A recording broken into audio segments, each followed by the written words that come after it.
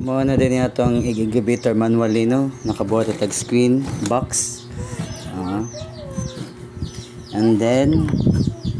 ang kaning upat ka buok kani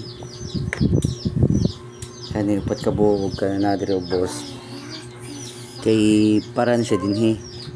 Ini stopper. Maupat ni kabuok kay dili man nato na ipahigda kay katong una natong gibuhat no. Hindi pahigda na to. Na tagak tungod kay sa kabugat na sa mga itlog nga itong gibutang sa itong incubator. So ang itong gibuhat karon ana na siya, ana na siya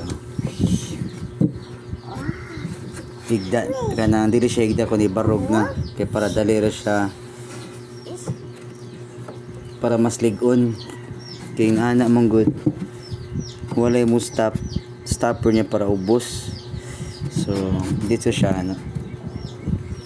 no yeah, side by side sa din ha yan ana siya no unya ang ato ang kuanan ni ato ang para sa suga ano dinhi nya daga na yang wire padong dinhi ana dito padong dinhi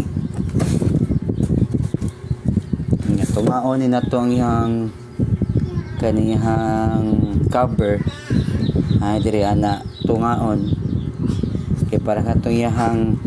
thermostat ani dinhi sa katuyang cover pwede ni nya katuyang half mo to yung pultahan same gyud sa katong first na kung gibuhat nga incubator yang katong yang sensor niya sensor thermostat kinahanglan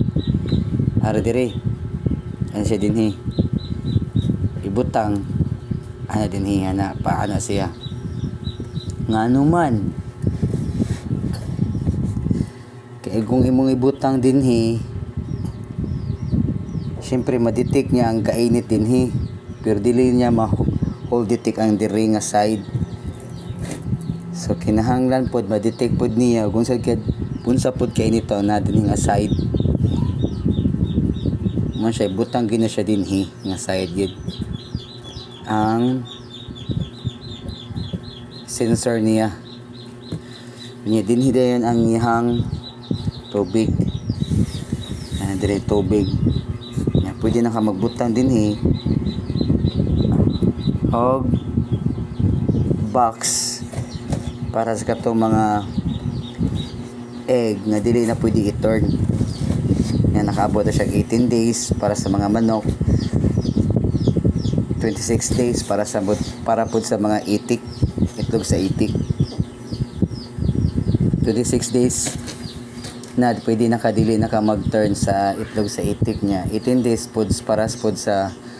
mga manok ano